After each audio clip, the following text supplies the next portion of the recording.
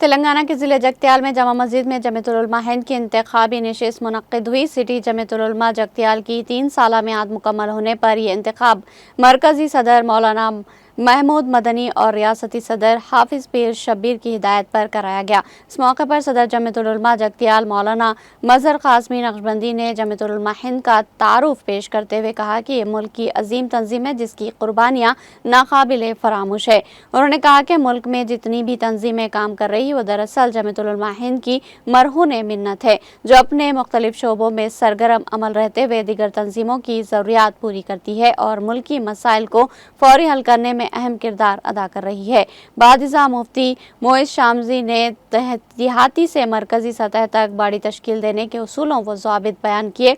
انتخابات میں 62 ووٹ ڈالے گئے، جن میں 43 ووٹ حافظ شمس الدین تبریز کے حق میں آئے اور 16 حافظ خواجہ عقیل کے حق میں اور 3 ووٹ متفرق نکلے۔ اس طرح حافظ شمس الدین تبریز سٹی جمعیت العلماء جگتیال کے صدر منتخب ہوئے، جبکہ مفتی خواجہ امیر الدین معتمد عمومی حافظ انور نائب صدر مولانا شیخ امام خازن منتخب ہوئے۔ اس موقع پر 9 منتخب اراکین کو مبارکباد دی گئی، جبکہ شہر کے مفتیان اکرام، علماء اور حفاظ کی کثیر تعداد نے شرکت کی۔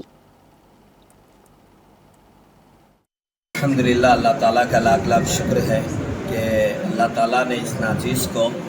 شہر جگتیال کا سٹی جمعیت العلماء کا صدر منتخب کرایا۔ میں اس کے لیے شہر جگتیال کے تمام علماء، حفاظ اور پورے جتنی بھی ہماری شہر کی تنظیمیں ہیں، جیسے کہ انجمن علماء حفاظ ہے، خاص طور پر ہماری ختم نبوت ہے، خدمت کرنے کا جو مجھے موقع دیا،